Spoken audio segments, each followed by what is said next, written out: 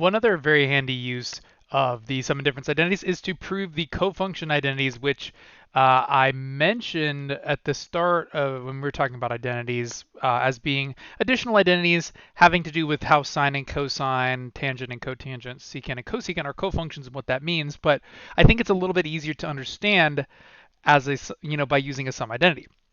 So let's go back to those identities and try to prove those using the cofunction identities. But the sense behind this is that when you swap sine and cosine across a triangle, you're just reversing which is opposite and adjacent side to your angle. So, and since those are complementary angles, they always have to be the same from 90. And that's kind of the sense of these identities. It says, like, for example, sine of pi over 2 minus u is equal to the cosine of u. And just another thing I wanted to say right here is notice how these identities, they might be using X or U or A or S and T as they were in the last video, but sometimes books will use different letters. Again, it's all really arbitrary. Just the thing to notice is that U is the same thing. That's kind of what is important in the identity is that if I take the sine of pi over 2 minus something, it's equal to the cosine of that same thing. And whether it's U or theta or X or Y or whatever, it's kind of taking the conceptual meaning away from that and just generalizing it with algebra as just, okay, this is a random variable. And I don't know why some books will use a lot of different letters, in different places. Sometimes there is a reasoning behind it, but it doesn't really matter at the end of the day. Anyways, and notice now that we've talked about the difference identities, if I was thinking about sine of pi over 2 minus u, or notice that this is in radians, but pi over 2 is equal to 90 degrees, right? Because that's the top of the unit circle. That's kind of what I was saying, is that if I do 90 degrees minus something, that's going to give us a complementary angle. Say, for example, u is 60 degrees. What this would imply is that the sine of 90 minus 60, which is 30, sine of 30 is equal to the cosine of 60. And since those two angles are complementary, they're going to have equal sine and cosines. And that's the idea behind these identities. But all complementary functions, or all cofunctions is what we call them, obey the same rule.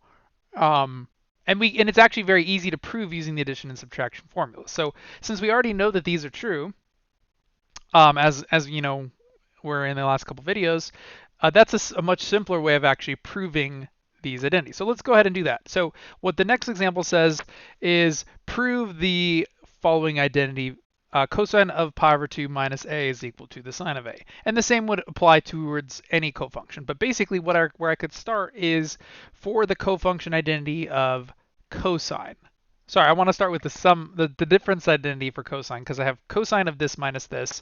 And rule number 1 for solving an identity is start with the more complicated side. So I'm going to start with the left-hand side. And I'm going to try to see if I can turn that into the right-hand side using other known identities. So, and also notice as we prove more and more identities, what we're doing is we're expanding our repertoire of known identities, and we're going to become better and better identity solvers and equation solvers.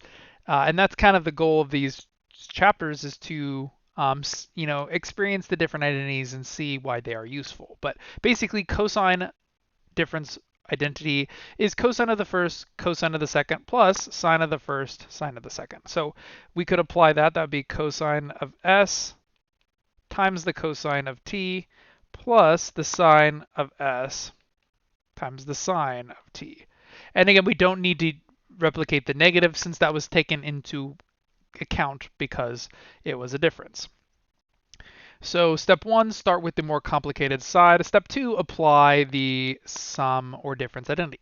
And in this case, it becomes kind of obvious if we're working on a trigonometric proof that we should use this. Because if I'm looking at cosine of pi over 2 minus a, this is kind of complicated because it has two different things in it.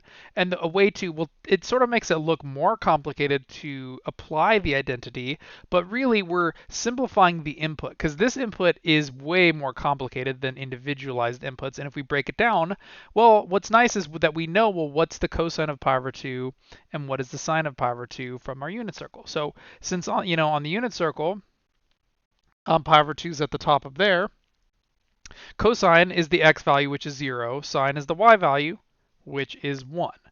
So what I'm left with is 0 times the cosine of A plus 1 times the sine of A. And, of course, well, 0 times anything is 0, and 1 times anything is itself. So what that leaves me with is sine over A. And I'm literally done because what I did is I started with the left-hand side, and I showed that's equal to the right-hand side. So that proves the cofunction identity, or, as in another way, you could think about it as cosine of 90 minus A is equal to the sine of A. But that's true for all cofunctions: cosecant, secant, cotangent, tangent, sine, cosine. And they all exhibit this basic symmetry, which again, it makes sense because of the complementary nature of triangles, but it also makes sense algebraically when applying these identities.